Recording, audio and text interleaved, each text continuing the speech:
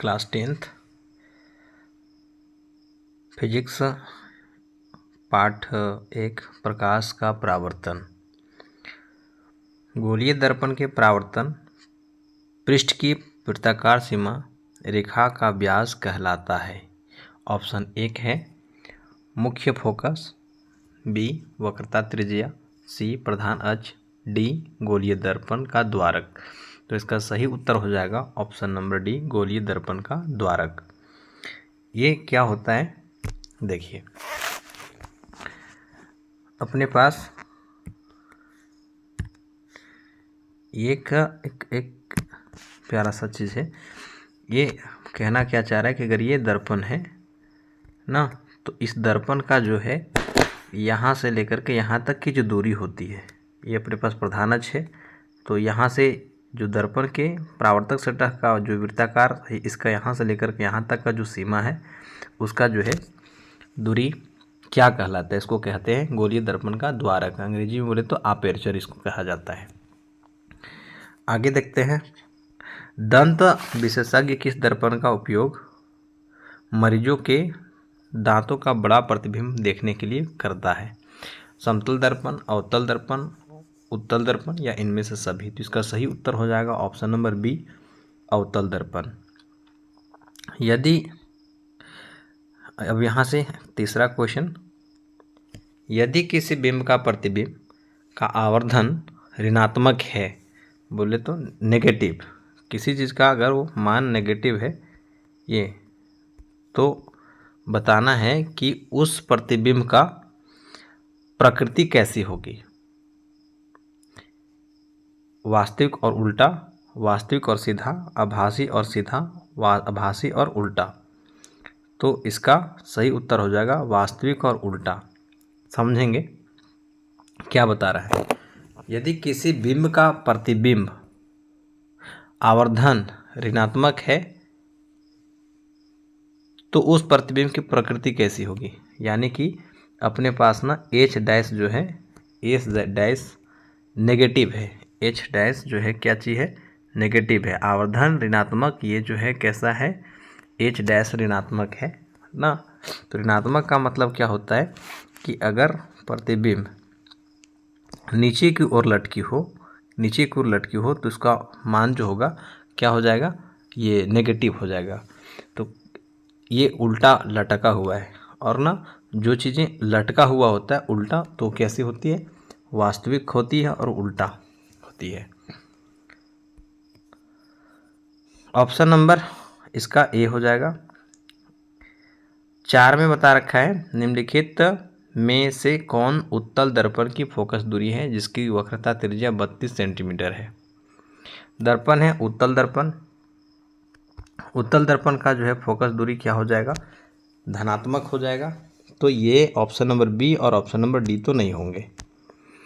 वक्रता त्रिज्या आर है, तो अपने पास पढ़ रखे हैं कि आर बराबर 2f होता है। ठीक है, तो f बराबर कितना हो जाएगा सर? यहाँ से लिख लेंगे तो f बराबर हो जाएगा r/2, यानी कि f।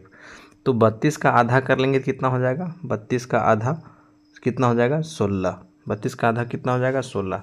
तो यहाँ से 16 जो होगा, और उत्तल दर्पण का फोकस दूरी किस में होती है? प्लस में। तो सही उत्तर हो जाएगा ऑप्शन नंबर सी। आगे बढ़ते हैं अपन, देखते हैं, ये परावर्तन के नियम से निर्धारित होता है। आपतन कोण और परावर्तन कोण बराबर होती है। परावर्तन कोण अपवर्तन कोण के बराबर होता है।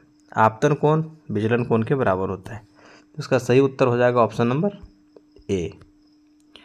ठीक है, हवा में प्रकाश की चाल कितनी होती है? तो कितना होता है? इसका सही उत्तर होगा पहला 3 × 10⁸ मीटर पर सेकंड, दूसरा 3 × 10⁸ सेंटीमीटर पर सेकंड, तीसरा 3 × 10⁸ किलोमीटर पर सेकंड, चौथा 3 × 10⁸ mm प्रति सेकंड। तो इसका सही उत्तर हो जाएगा ऑप्शन नंबर ए ना, ये हो जाएगा ऑप्शन नंबर ए। 3 × 10⁸ मीटर पर सेकंड, यानी कि इसको अगर किलोमीटर में दिया हुआ होता तो हम लोग कैसे बनाते इसको? देखो यहाँ पे 3 गुने 10 के पावर 8 बोले तो के गो जीरो हो जाएगा यहाँ से, इसमें से हो जाएंगे 8 गो जीरो, 1 2 3 4 5 6 7 8 जीरो। मीटर को किस में बदलना है, किलोमीटर में बदलना है, तो क्या करेंगे 1000 से अगर हम लोग भाग दे देते हैं, ठीक है, तो ये मीटर बदल जाएगा। तो 3 जीरो से 3 जीरो कैंसिल हो जाएगा, इकाई दहाई सैकड़ा हजार 10,000 लाख, यानी कि कितना हो जाएगा 3 लाख किलोमीटर प्रति सेकेंड, अगर ये रहेगा तो, है ना। चलिए आगे बढ़ते हैं। प्रकाश किस तरंग का उदाहरण है, ध्वनि तरंग का, विद्युत चुम्बकीय तरंग का, परावैगनिक तरंग का, प्राश्रव्य तरंग का। तो इसका उत्तर हो जाएगा ऑप्शन बी, विद्युत चुम्बकीय तरंग का। प्रकाश के परावर्तन के कितने नियम हैं, 1 2 3 या 4। इसका सही उत्तर हो जाएगा बी 2। किस दर्पण में बड़ा प्रतिबिंब बनता है, समतल दर्पण, अवतल दर्पण या उत्तल दर्पण या इनमें से कोई नहीं। तो इसका सही उत्तर हो जाएगा ऑप्शन नंबर बी, अवतल दर्पण। गोलीय दर्पण में फोकसांतर एवं वक्रता त्रिज्या के बीच संबंध है, फोकसांतर और वक्रता त्रिज्या के बीच में, यानी कि ये बोल रहा है आपसे कि इसके बीच में क्या रिलेशन हो जाएगा कि एफ और आर के बीच में, ठीक है। तो ये क्या होता है, एफ बराबर तो आर बटा 2, या तो अगर बात कर लें तो आर बराबर होगा 2f ना, जो ऑप्शन में होगा उसी अकॉर्डिंग।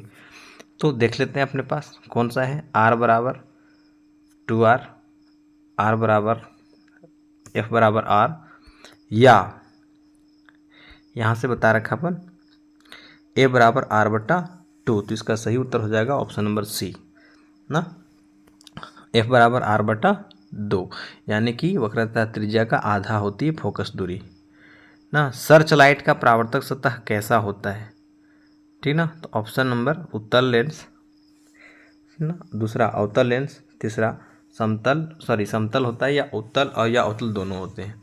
सर्च लाइट का परावर्तक सतह होता है उत्तल, अवतल, समतल, उत्तल और अवतल दोनों। तो इसका ऑप्शन नंबर क्या हो जाएगा, ये अपना ऑप्शन नंबर बी, अवतल दर्पण।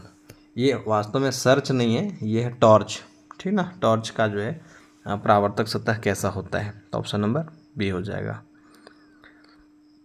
दाढ़ी बनाने में कौन सा दर्पण का उपयोग तो किया जाता है, तो इसका सही उत्तर हो जाएगा समतल दर्पण, अवतल दर्पण या उत्तल दर्पण या अवतल दर्पण। तो सही उत्तर हो जाएगा अवतल दर्पण, ऑप्शन नंबर सी। दर्पण का सूत्र है ना, दर्पण सूत्र बताना है क्या होता है इसका दर्पण सूत्र। पहला, आप क्वेश्चन को देखें अच्छे से, दर्पण सूत्र, ठीक ना। अब सही उत्तर बताएंगे। तो दर्पण सूत्र होता है, इसको याद रखेंगे उल्टा क्रम में। कैसे याद रखेंगे, पहले ए बी सी डी आता है, तो जस्ट इसका उल्टा याद करते चलेंगे। पहले लास्ट में भी, फिर यू, फिर एफ। पहले अगर हम जैसे बात करें अपन, तो पहले आता है एफ, फिर आएगा यू, फिर आएगा भी। तो जस्ट इसका उल्टा हम लोग पहले याद करेंगे, पहले भी माइनस यू बराबर एफ, ठीक है। इसके ऊपर में अपन क्या करना है, 1 में लगा देंगे, ठीक है। ये चीज़ हो जाएंगे, मतलब कहें तो ये चीज़ देखेंगे, 1/v माइनस 1/u बराबर 1/f, ठीक है। ये हो जाएगा ऑप्शन नंबर ए, इसका सही उत्तर हो जाएगा। आगे देखते हैं अपन, दर्पण सूत्र, अच्छा सॉरी ना, ये अपने पास जो बता दिया लेंस सूत्र था। क्या है, माइनस अगर है तो लेंस सूत्र, अगर प्लस है तो फिर दर्पण सूत्र, ठीक है। अगर यहाँ से 1/v माइनस 1/u बराबर 1/f है, तो ये हो जाएगा लेंस सूत्र, और यहाँ अगर प्लस लग गया तो ये हो जाएगा दर्पण सूत्र। किस दर्पण में केवल आभासी प्रतिबिंब बनता है, समतल दर्पण, अवतल दर्पण, उत्तल दर्पण या समतल तथा उत्तल दोनों। तो ऑप्शन नंबर डी इसका सही हो जाएगा, समतल तथा उत्तल दोनों में। अब यहाँ से क्वेश्चन आगे है, समतल दर्पण में प्रतिबिंब की प्रकृति क्या होती है, तो हमेशा काल्पनिक होती है, वास्तविक, वास्तविक तथा सीधा, वास्तविक और उल्टा, आभासी तथा बराबर। तो इसका सही उत्तर हो जाएगा। एक चीज़ और आप याद रखेंगे कि जो वास्तविक होती है वो हमेशा उल्टा होता है, सीधा नहीं होता है। वास्तविक प्रतिबिंब हमेशा उल्टा होते हैं। तो इसके पास ऑप्शन नंबर डी सही होगा, आभासी तथा बराबर ना, वस्तु के आकार के बराबर। गोलीय दर्पण की फोकस दूरी उसकी वक्रता त्रिज्या की होती है। फोकस दूरी जो होती है वक्रता त्रिज्या की कितनी होती है? आधी होती है, दोगुनी होती है, तीन गुनी होती है या चौथाई होती है? तो इसका सही उत्तर हो जाएगा दोगुनी होती है। जैसे अगर बात करें तो ये क्या दे रखा है, फोकस दूरी यानी कि एफ बराबर किसी दर्पण की फोकस दूरी एफ बराबर वक्रता त्रिज्या की, तो r/2 वक्रता त्रिज्या का आधी होती है ना। एफ बराबर क्या होगा, r/2 यानी कि वक्रता त्रिज्या का आधी होती है। तो ऑप्शन नंबर ए हो जाएगा सही। किसी वस्तु का आवर्धित काल्पनिक प्रतिबिंब है। आवर्धित काल्पनिक प्रतिबिंब है मतलब आवर्धित का मतलब बड़ा भी होना चाहिए। आवर्धित का माने बड़ा और काल्पनिक का मतलब हुआ सीधा। तो किस दर्पण में आता है? तो ये इकलौता आता है अवतल दर्पण में, जब वस्तु ध्रुव यानी फोकस और ध्रुव के बीच में होता है। जब वस्तु ध्रुव और फोकस के बीच में रखी जाती है तो इसका प्रतिबिंब बनता है बहुत बड़ा, ठीक ना, काल्पनिक बनता है। ठीक है। क्वेश्चन नंबर 18, एक उत्तल दर्पण में बना प्रतिबिंब हमेशा होता है। ऑप्शन ए वास्तविक और ह्रासित माने छोटा, काल्पनिक और छोटा, वास्तविक और आवर्धित माने बड़ा, काल्पनिक और आवर्धित। तो उत्तल दर्पण में हमेशा छोटा बनती है और काल्पनिक बनती है। ऑप्शन नंबर बी इसका सही उत्तर हो जाएगा। ईट है, क्या चाहिए? ईट है पारदर्शी है या फिर अपारदर्शी है या पारभासी है? इनमें से कोई नहीं। सबको जानते हैं ईटा से प्रकाश आर पार नहीं होता है, इसलिए इसको अपारदर्शी पदार्थ माना जाएगा। ऑप्शन नंबर इसका बी हो। हमारे आँखें जो देख सकती है वे वस्तुएं होती है ना, दीप्त, प्रदीप्त या दीप्त या प्रदीप्त या फिर इनमें से कोई नहीं। दीप्त वस्तु किसे कहते हैं? दीप्त प्रदीप्त वस्तुएं जिसमें से प्रकाश, जिसके पास खुद की प्रकाश होती है उसे कहा जाता है प्रदीप्त वस्तुएं। तो इसका सही उत्तर हो जाएगा ऑप्शन नंबर सी, दीप्त या प्रदीप्त दोनों प्रकार की वस्तुओं को क्या कर सकता है, हमारी आंखें देख सकता है। एक मनुष्य समतल दर्पण की ओर 3 मीटर की पर सेकंड की चाल से आ रहा है। मनुष्य को दर्पण से अपना प्रतिबिंब किस चाल से आता हुआ प्रतीत होगा? जस्ट इसका दुगना। अगर किसी भी समतल दर्पण के सामने मान लेते हैं कि अपने पास जो है अपने प्यारा सा चीज़ है यहाँ पे कि ये अपना समतल दर्पण है, कोई एक व्यक्ति इस ओर से बाईं तरफ से ना 104 से जा रहा है, तो ये वस्तु इसका फोटो यहाँ पर भी दिखाई पड़ेगा, ठीक है, दाहिनी तरफ। तो ये भी क्या होगा, इसकी तरफ से आएगा। तो ये दोनों वास्तव में दूरी जो है ऐसा मुझे प्रतीत होगा हम सबको कि ये x चाल से चल रहा है, तो ये उसकी तरफ आते हुए प्रतीत होगा 2x चाल से। तो यानी कि एक मनुष्य समतल दर्पण की ओर x मीटर की चाल से चल रहा है, तो मनुष्य को दर्पण से अपना प्रतिबिंब जस्ट इसका दुगना चाल से आता हुआ प्रतीत दिखाई देगा, यानी कि 6 मीटर पर सेकंड के हिसाब से। ऑप्शन नंबर इसका हो जाएगा सी, 6 मीटर पर सेकंड। अब आता है संयुग्मी फोकस संभव है केवल। संयुग्मी का मतलब होता है एक साथ, उत्तल दर्पण में, अवतल दर्पण में, समतल दर्पण में या साधारण कांच में।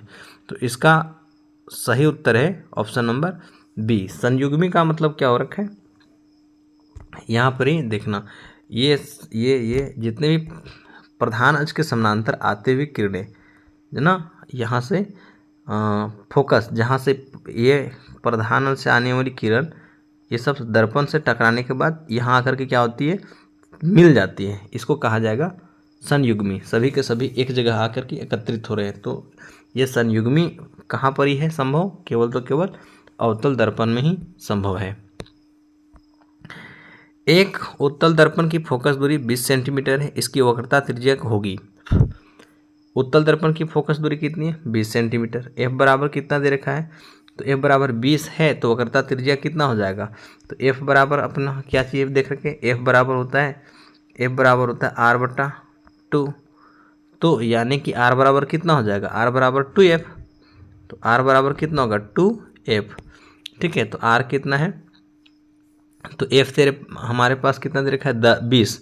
तो 20 दूनी कितना हो जाएगा? 40। तो इसका सही उत्तर हो जाएगा ऑप्शन नंबर डी। आगे देखते हैं, यदि किसी वस्तु को एक दर्पण के सामने निकट रखने पर प्रतिबिंब सीधा बने किंतु दूर रखने पर प्रतिबिंब उल्टा बनती है, तो यह दर्पण क्या होगा? सीधा और उल्टा दोनों तरह के प्रतिबिंब बनती हैं, तो वह केवल किस में बनता है? अवतल दर्पण में। तो इसका सही उत्तर हो जाएगा ऑप्शन नंबर बी ना। उत्तल दर्पण और समतल दर्पण में हमेशा प्रतिबिंब सीधा बनेगा। उत्तल दर्पण और अवतल दर्पण में हमेशा प्रतिबिंब सीधा बनता है। उत्तल एवं न समतल, ठीक है, ये समतल, ये उत्तल दर्पण और समतल दर्पण में हमेशा कैसी बनती है? तो हमेशा ये काल्पनिक और सीधा बनती है, काल्पनिक एवं सीधा। ठीक है, जो काल्पनिक होती है वो हमेशा सीधा होता है। तो ऑप्शन नंबर इसका बी हो जाएगा। आगे देखते हैं, किसी दर्पण के सामने आप चाहे जितनी दूर पर खड़े हों आपका प्रतिबिंब सीधा ही बनता है। संभवतः कौन सा दर्पण है? तो ये सीधा बनने वाला दर्पण दो गो हैं, एक तो समतल दर्पण और दूसरा उत्तल दर्पण। तो इसका केवल समतल दर्पण, केवल अवतल दर्पण, या केवल उत्तल दर्पण, समतल दर्पण या उत्तल दर्पण। तो उस option number D is correct हो जाएगा, समतल और उत्तल दोनों। किसी वस्तु को एक दर्पण के सम्मुख किसी दूसरे दूरी पर रखने से उस वस्तु का प्रतिबिंब सदैव सीधा और छोटा बनता है, तो दर्पण होगा। हमेशा क्या दिखा रहा है? यदि किसी वस्तु को एक दर्पण के सम्मुख, मतलब दर्पण के सामने रखा गया किसी भी दूरी पर न रखने से उस वस्तु का प्रतिबिंब सदैव सीधा और छोटा बनता है, तो वह दर्पण कौन सा होगा? इसका सही उत्तर हो जाएगा ऑप्शन नंबर बी ना, उत्तल दर्पण। उत्तल दर्पण में हमेशा प्रतिबिंब कैसा बनता है? तो हमेशा प्रतिबिंब सीधा और छोटा बनता है, सीधा और छोटा हमेशा बनता है। तो option number B is correct हो जाएगा। 27 नंबर पे आते हैं, उत्तल दर्पण से प्रतिबिंब सदैव बनता है। उत्तल दर्पण से प्रतिबिंब सदैव बनता है। कहाँ पर बनता है भाई? देखते हैं, वक्रता केंद्र तथा फोकस के बीच, वक्रता केंद्र तथा अनंतता के बीच, ध्रुव तथा फोकस के बीच, कहीं भी बन सकता है। अभी देखते हैं, इसका सही उत्तर हो जाएगा ध्रुव तथा फोकस के बीच, ऑप्शन नंबर सी ना। आप उत्तल दर्पण के बारे में देखे हैं, यहाँ से देखिए, इसको छोटा कर दूँ, ये अपना है दर्पण, मान लेते हैं कि ये अपना प्यारा सा दर्पण, इधर डॉट लगा हुआ है, ये हो गया, इसका हो गया एफ और इधर हो जाएगा आर, ये हो गया, यहाँ से इसकी आर बोल ले। कोई वस्तु यहाँ पे रखा हुआ है, तो इसका फोटो जब बनती है तो ये जाता है और ये फोकस से होकर के निकल जाता है। दूसरा क्या होगा? दूसरा प्रधान अक्ष से जाता है और जितना एंगल बनता है उतना ही एंगल बनाते हुए इधर निकल जाता है। तो ये पीछे की ओर जाती है, कटता है, तो यहाँ पर इसका क्या बनता है? प्रतिबिंब बन जाता है। तो क्या है? इसका प्रतिबिंब हमेशा फोकस और ध्रुव के बीच में ही बनता है। प्रतिबिंब हमेशा कहाँ बनेगा? फोकस और ध्रुव के बीच में ही बनेगा, फोकस और ध्रुव के बीच। तो इसका सही उत्तर हो जाएगा ऑप्शन नंबर सी, ध्रुव तथा फोकस के बीच। आगे देखते हैं, किसी वस्तु को हम तभी देख पाते हैं जब वस्तु प्रकाश को अवशोषित करता है। अच्छा, ये तो दिख गया उत्तर। परावर्तित करता है या अपवर्तित करता है या अपरावर्तित, या है ना। हमें किसी भी वस्तु से तभी दिखाई पड़ता है जब प्रकाश, मानते हैं कि कोई वस्तु है ना, कोई वस्तु है, यहाँ पे कोई वस्तु है और इसमें से कोई लाइट पड़ा, तो लाइट ना, मेरा आँख यहाँ है तो ये लाइट पड़ा, तो ये जब हमारे नेत्रों में पड़ती है तभी ये वस्तु हमें दिखाई पड़ता है। जब तक ये हमारे नेत्र में नहीं दिखाई पड़ेगा, प्रकाश किरण नहीं पड़ेगी, तो ये वस्तु दिखाई नहीं देगा। यानी कि इस घटना को क्या कहते हैं? परावर्तित होना। तो ऑप्शन नंबर 20 का करेक्ट हो जाएगा। किसी दर्पण में वास्तविक प्रतिबिंब नहीं बन सकता है, तो वास्तविक प्रतिबिंब किस में नहीं बनती है?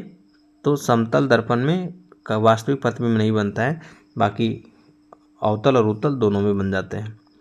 ऑप्शन नंबर इसका ये तो था। क्वेश्चन आगे है 30, कहता है अवतल दर्पण के फोकस से चलती किरणें परावर्तन के पश्चात प्रधान अक्ष के समानांतर हो जाती है, प्रधान अक्ष के लंबवत हो जाती है, ध्रुव से गुजरती है, वक्रता केंद्र से गुजरती है। तो कहाँ से आती है? प्रधान अवतल दर्पण में फोकस से। देखिए यहाँ पे बहुत ही प्यारा सा बात बताया है, कह रखा है ये अवतल दर्पण है। कौन सा दर्पण है? अवतल दर्पण। तो अवतल दर्पण ये है अपना प्यारा सा चीज, अवतल दर्पण। प्रधान अक्ष के समानांतर, तो प्रधान अक्ष के समानांतर आ रखी है। अवतल दर्पण के फोकस से चलती किरणें, अच्छा कहाँ से चल रहे हैं? फोकस से। तो ये मान लेते हैं अपने पास है 1 और 1, ये हो गया F और ये C हो गया।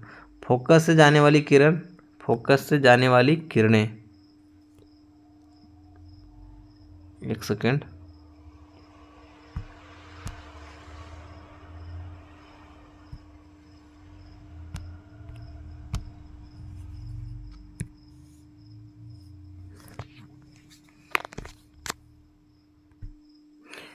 ना क्वेश्चन है कि अवतल दर्पण के फोकस से चलती किरणें परावर्तन के बाद ऑप्शन ए प्रधान अक्ष के समानांतर हो जाती है, ऑप्शन बी प्रधान अक्ष के लंबवत हो जाती है, ध्रुव से गुजरती है, या वक्रता केंद्र से गुजरती है।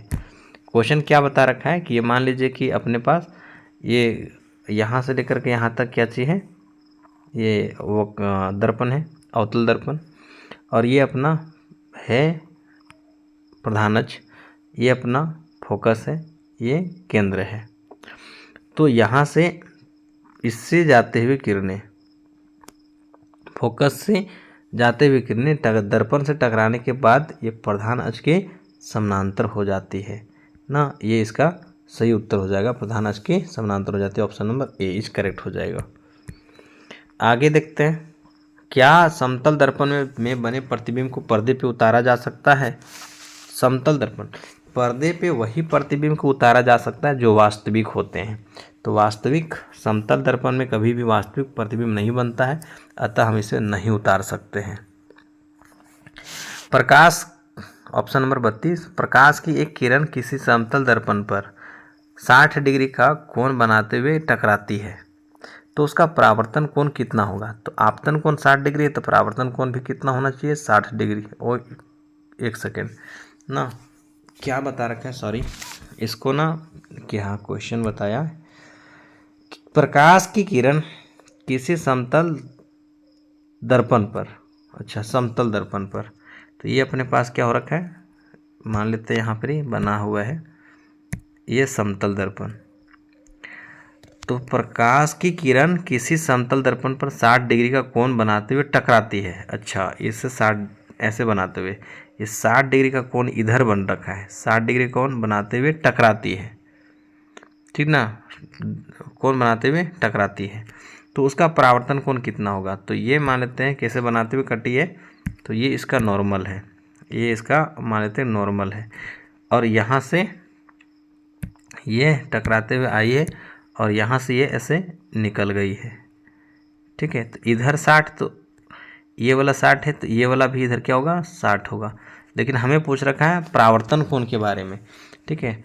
तो ये इसका हो जाएगा अपने पास आपतन कोण, यहाँ से इधर हो जाएगा 30 डिग्री, तो ये वाला भी कितना हो जाएगा? 30 डिग्री, क्योंकि यहाँ से लेकर के यहाँ तक कितना हो जाएगा? 90 डिग्री। तो ये 30, तो ये 30, तो आपतन कोण 30 और परावर्तन कोण भी कितना हो जाएगा? तो 30 हो जाएगा। ऑप्शन नंबर 20 का करेक्ट हो जाएंगे। आगे है 33 समतल दर्पण से किसी वस्तु का प्रतिबिंब क्या होता है? वास्तविक बनता है, आभासी बनता है, बड़ा बनता है या छोटा बनता है? तो ये ना समतल दर्पण में किसी भी वस्तु का प्रतिबिंब हमेशा आभासी बनता है। आभासी बोले तो काल्पनिक। ऑप्शन नंबर बी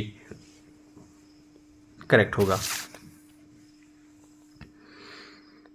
क्वेश्चन 34 है, किसी वस्तु का अवतल दर्पण द्वारा बना प्रतिबिंब आभासी, सीधा तथा वस्तु से बड़ा पाया गया तो वस्तु की स्थिति कहाँ होगी? ऑप्शन है, आप पढ़ लेंगे इसको। मुख्य फोकस तथा वक्रता केंद्र के बीच, वक्रता केंद्र से परे माने बाहर, दर्पण के ध्रुव तथा मुख्य फोकस के बीच। तो क्या है क्वेश्चन में, ये अपने पास देखेंगे। तो बता रहा है कि किसी वस्तु का अवतल दर्पण द्वारा बना प्रतिबिंब क्या क्या है? आभासी है माने कल्पना, ये है सीधा और वस्तु से बड़ा है। तो एक बात याद रखेंगे, अवतल दर्पण में आभासी प्रतिबिंब हमेशा कब बनती है? जब वस्तु को यहाँ यानी कि फोकस और ध्रुव के बीच में रखते हैं, तब जो है वस्तु क्या बनता है? इसका प्रतिबिंब बड़ा बनती है पीछे जा कर के, ठीक ना, और सीधा बनता है और वस्तु से बड़ा होता है। तो वस्तु कहाँ पर इसका उत्तर होगा? ध्रुव तथा फोकस के बीच। तो ऑप्शन कहाँ है? मुख्य फोकस तथा वक्रता केंद्र के बीच नहीं, ये गलत है। वक्रता केंद्र पर नहीं, वक्रता केंद्र से परे नहीं, ध्रुव तथा मुख्य फोकस के बीच। Option number D is correct हो जाएगा। निम्नलिखित में से किस दर्पण द्वारा प्रतिबिंब का वास्तविक प्रतिबिंब मिल सकता है? तो वास्तविक प्रतिबिंब होने के लिए आपके मात्र एक ही दर्पण है और वह है अवतल दर्पण। ऑप्शन नंबर इसका सी इज करेक्ट हो जाएगा। क्वेश्चन नंबर 36, उत्तल दर्पण द्वारा बना प्रतिबिंब होता है। उत्तल दर्पण हमेशा काल्पनिक और वस्तु से छोटा बनाता है ना।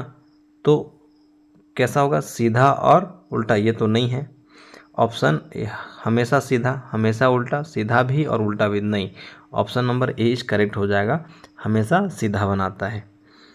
आगे क्वेश्चन है, अवतल दर्पण में आवर्धित काल्पनिक प्रतिबिंब बनाने के लिए वस्तु को कहाँ रखा जाता है? अवतल द्वारा आवर्धित माने बड़ा, काल्पनिक मतलब सीधा, ये काल्पनिक तो दर्पण के पीछे प्रतिबिंब बनाना है। तो कब बनता है? जस्ट अभी देखे थे, मात्र अगर काल्पनिक बनता है तो एकलौता एक ही जगह है जब वक्रता केंद्र और फोकस के बीच में रखा गया हो तब।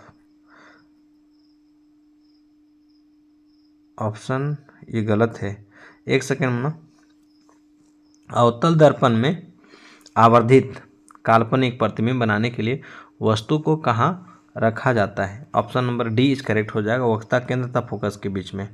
ये इसको सुधार लेंगे, इसका सही उत्तर हो जाएगा डी ना, वक्रता केंद्र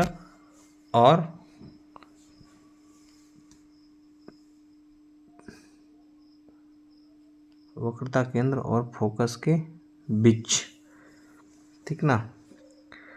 तो इसको, ये वक्रता केंद्र नहीं है, ये गलत है, यहाँ से भी नहीं हो जाएगा, यहाँ पर ही बनते हैं। ये अपने पास क्या चाहिए? ये अपना फोकस है और ये है सी।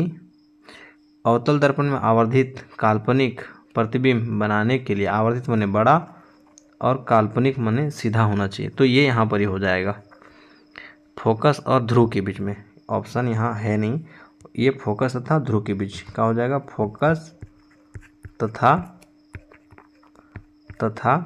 ध्रुव के बीच। ये इसका ऑप्शन नंबर डी को सुधार लेंगे, फोकस तथा ध्रुव के बीच होता है ना। एक गोलीय दर्पण द्वारा बने प्रतिबिंब का आवर्धन ऋणात्मक हो तो प्राप्त प्रतिबिंब है एक गोलीय दर्पण का बने प्रतिबिंब का आवर्धन ऋणात्मक है। ऋणात्मक बोले तो नेगेटिव, और नेगेटिव का मतलब क्या हो रखा है कि ये जो है ना एच डैश का मान जो है वो कैसा है, नेगेटिव में है। इसका मतलब वो लटका हुआ है। तो लटका हुआ है इसका, इसी चीज़ को हम लोग क्या बोलते हैं, उल्टा है। और उल्टा है तो ये वास्तविक है। तो क्या उल्टा होगा, सीधा होगा, सीधा भी हो सकता है उल्टा भी हो सकता है। नहीं, ये तो नहीं है, ये क्या है, लटका हुआ है। इसका मतलब क्या हो जाएगा, उल्टा। तो इसका ऑप्शन नंबर क्या हो जाएगा, ए। साइड मिरर, साइड मिरर बोले तो गाड़ी के जो देखने वाला था ड्राइवर के बगल में शीशा, उसको क्या कहेंगे, साइड मिरर के रूप में प्रयोग किया जाता है। किसका ना, मिरर माने दर्पण है, तो अपने प्यारा सा चीज़ है। मिरर का मतलब होता है दर्पण, मिरर का मतलब क्या होता है, दर्पण। और यहाँ दे रखा ऑप्शन में लेंस, तो ये तो ऐसा ही गलत हो गया।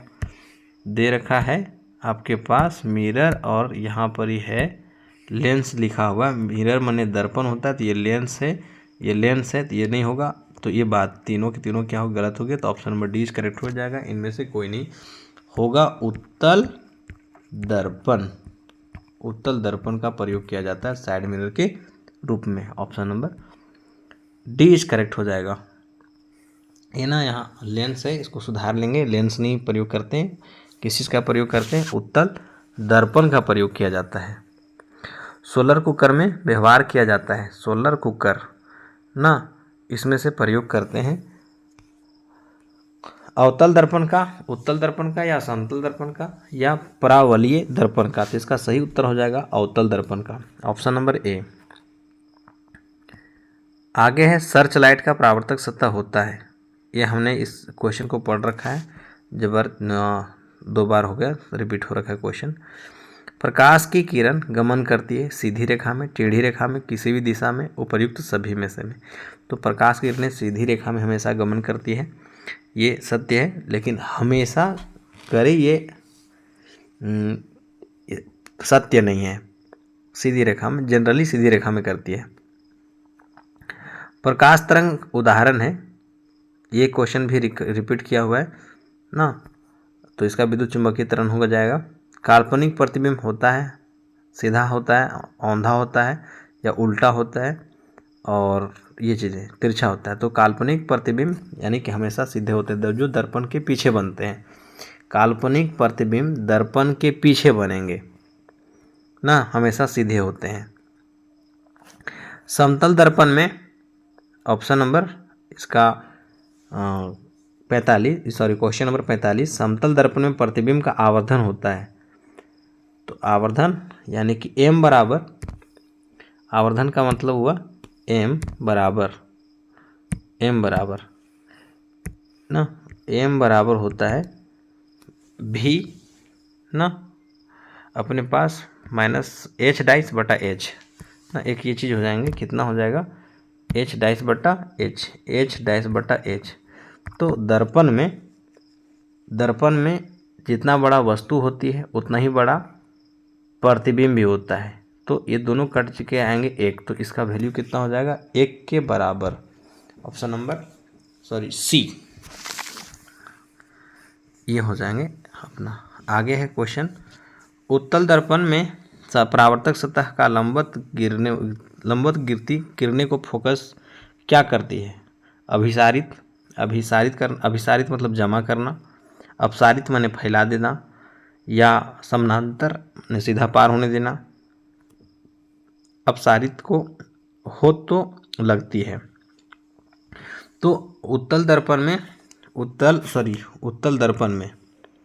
क्या करता है ये दर्पण, उत्तल दर्पण की बात कर रखी है, लंबवत गिरती किरणें को, ये अपने पास है। तो ये हुआ लंबवत गिर रही है किरणें, तो क्या करेगा ये, इसको तो फैला देता है, इसको इधर फैला देगा। लेकिन जो अगर 90 डिग्री पे जा रहा है तो इसको क्या करेगा, वापस ही रिटर्न कर देगा। अभिसारित कर देती है, अपसारित कर देती है, नहीं अभिसारित तो इसकी बात कर रखा है, ये वाला को, प्रधान अक्ष के समानांतर ना। अवतल दर्पण में परावर्तक सतह पर लंबवत किरणें ये अपना 90 डिग्री वाला, इस किरणें गिरती किरणें को फोकस पर अभिसारित होती है या समानांतर हो जाती है या अपरिसारित होती है, मतलब इसको किसी भी तरह से नहीं फैलाता है। इसका सही उत्तर क्या हो जाएगा? ऑप्शन नंबर डी, अपरिसारित हो तो लगती है, होती हुई प्रतीत होती है ऐसा। क्वेश्चन नंबर क्या है? गोलीय दर्पण में परावर्तन के नियम का पालन होता है या नहीं होता है? नहीं होता है। होता है। दर्पण की प्रकृति के अनुसार होता है, वहाँ विस्तृत परावर्तन होता है। गोलीय दर्पण में भी परावर्तन का नियम का पालन होता है। इसका सही उत्तर, किसी भी दर्पण में, किसी भी चमकीले सतह में सभी जगहों पे परावर्तन के नियम का पालन होता है, चाहे वो उत्तल दर्पण हो, चाहे वो अवतल दर्पण हो, चाहे वह समतल दर्पण हो, कोई सा भी दर्पण हो या कोई चमकीले सतह हो, चाहे वह नियमित परावर्तन हो, चाहे वो अनियमित परावर्तन हो, हर जगह पे परावर्तन के नियम का पालन होता है। गोलीय दर्पण में दूरियों को सदा किस के सापेक्ष में मापते हैं? मतलब कहाँ से मापा जाता है, किससे तुलना करते हैं? गोलीय दर्पण में तो हमेशा ध्रुव से नापते हैं। कहाँ से मापा जाता है? ध्रुव से। ठीक है, तो ऑप्शन नंबर इसका ए हो जाएगा। ठीक ना। ध्रुव किसको कहते हैं पता है ना? ये चीज़ें हो जाती है आपका ध्रुव। अगर ये दर्पण है, ये देख लीजिए, दर्पण का जो है ना, ये इसका, ये यहाँ पर ही मान लो फोकस है, ये यहाँ केंद्र है, तो ये पोल कहलाएगा इसका, इस दर्पण का। ठीक है, ये वाला पोर्शन क्या कहलाएगा? बीच में ध्रुव। आगे पढ़ते हैं अपन। अनंत पर स्थित किसी बिंब का प्रतिबिंब अवतल दर्पण के फोकस पर उसका आवर्धन क्या होगा? तो बहुत बहुत बहुत बहुत छोटा हो जाएगा, मतलब लगभग जीरो के बराबर हो जाएगा ना। बहुत बहुत बहुत बहुत छोटा हो जाएगा, लगभग जीरो के बराबर। कहने का मतलब क्या चीज़ है कि जब अनंत पर होती है कोई ना, ये चीज़ को देखेंगे आप,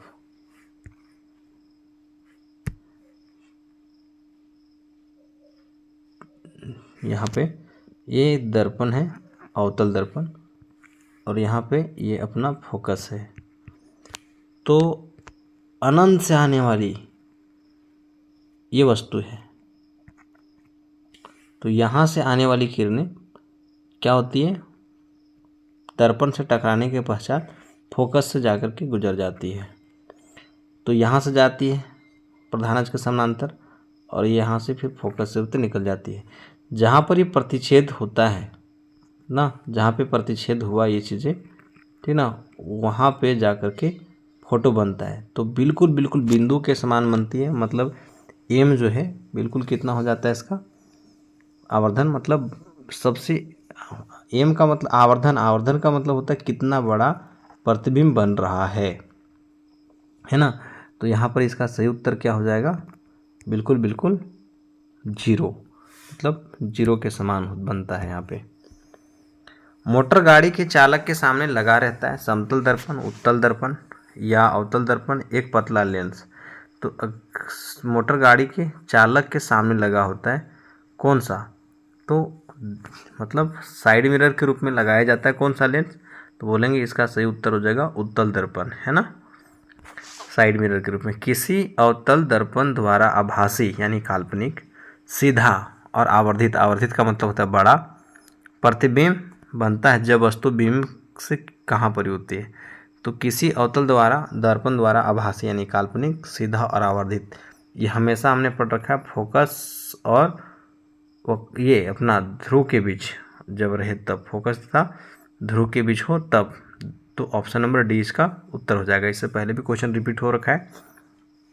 एक अवतल दर्पण में वस्तु यानी बिंब की स्थिति फोकस और ध्रुव के बीच हो तो प्राप्त प्रतिबिंब होगा ना। कहाँ है? ऑप्शन नंबर ए, वास्तविक, बड़ा, काल्पनिक, सी ना। क्वेश्चन क्या बता रखे हैं कि एक अवतल दर्पण में वस्तु माने बिंब की स्थिति फोकस और ध्रुव के बीच है। कहाँ पर? ये फोकस और ध्रुव के बीच में। क्वेश्चन को घुमा के पूछा रखा है ना। तो ऑप्शन नंबर क्या हो जाएगा? आभासी, काल्पनिक और बड़ा। ऑप्शन नंबर सी इसका करेक्ट हो जाएगा।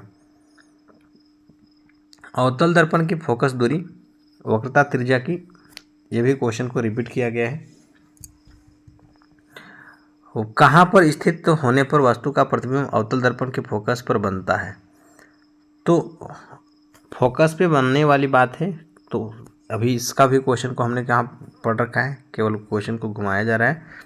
आप ध्यान से पढ़े होंगे तो अनंत पे अगर वस्तु को रखते हैं तो जाकर के क्या बन जाता है, उसका फोकस पे बन जाता है ना। अभी देखे थे अपन कि अगर यहाँ से बना रखा है ये चीज़ें, तो अगर यहाँ फोटो बनानी है फोकस पे, ये सी है, तो प्रतिबिंब को कहाँ रखना होगा, अनंत पे। अगर सॉरी वस्तु को कहाँ रखना होगा, अनंत पे, तो ये जाएगा और यहाँ पर ही फोकस से ला करके क्या बना देगा, फोटो इस जगह पे ध्रुव, ये फोकस पे, ये चीज़ है। आगे देखते हैं अपन, फिर है निम्नलिखित में से किसके द्वारा एक बिंदु स्रोत से समांतर किरणपुंज मिल सकता है? तो अवतल ये किरणपुंज को मिलाने की बात कर रही है, तो एकलौता चीज़ें हैं जो किरणपुंज को मिला सकता है। कौन सा? दर्पण। ये है अपने पास। दर्पण की बात करें तो दर्पण की बात करें तो अवतल दर्पण, दर्पण की बात करें तो अवतल दर्पण, और लेंस की बात करें तो उत्तल लेंस। ये दो चीज़ें। कौन? दर्पण में अवतल और लेंस में उत्तल, ये ही दोनों हैं प्रकाश किरण की पुंज को क्या कर सकते हैं, आपस में मिला दे सकते हैं। आगे क्वेश्चन, वस्तु से छोटा और आभासी प्रतिबिंब इनमें किस दर्पण से प्राप्त होता है? वस्तु से छोटा होना चाहिए और आभासी प्रतिबिंब तो केवल किस में होगा, उत्तल दर्पण में। Option number D is correct हो जाएगा। निम्नलिखित में किस दर्पण द्वारा किसी वस्तु का आभासी प्रतिबिंब प्राप्त किया जाता है? आभासी प्रतिबिंब होने के लिए क्या होना चाहिए, समतल दर्पण होना चाहिए, या तो आभासी प्रतिबिंब बनाया जा सकता है तीनों से, केवल समतल दर्पण द्वारा, केवल उत्तल दर्पण द्वारा। हाँ, उत्तल दर्पण के द्वारा और समतल दर्पण के द्वारा तो बनता ही बनता है। उत्तल दर्पण और समतल दर्पण के द्वारा तो बनता ही बनता है, लेकिन अवतल दर्पण के द्वारा भी आभासी प्रतिबिंब प्राप्त किया जाता है या किया जा सकता है। कब?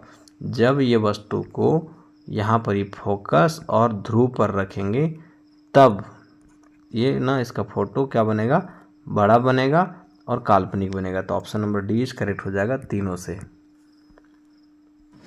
परावर्तन का कोण होता है? परावर्तन कोण किसको कहते हैं? तो बोलेंगे सर अभिलंब और आपतित किरण के बीच का जो है कोण, उसी को हम लोग क्या कहते हैं, परावर्तन कोण कहा जाता है ना। परावर्तन का कोण कहाँ आपतित किरण और दर्पण की सतह पर खींचे गए ना। पहला है आपतित किरण और दर्पण की सतह के बीच का कोण, नहीं। यहाँ क्या बता रखा है, इस चीज़ को समझेंगे।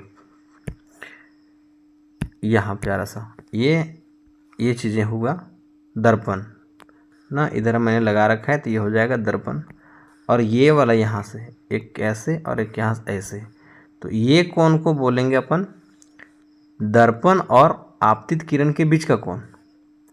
और इसको अगर हम बात करें तो ये वाला जो कोण है यहाँ से लेकर के यहाँ तक, इसको बोलेंगे, हरा वाला जो दिख रहा है उसको बोलेंगे आपतित किरण और अभिलंब के बीच का कोण, ठीक ना। तो आपतन कोण जो होता है इसको मैंने आई से इंडिकेट कर रखा है, और ये एक यहाँ पर आर से इंडिकेट कर रखा है।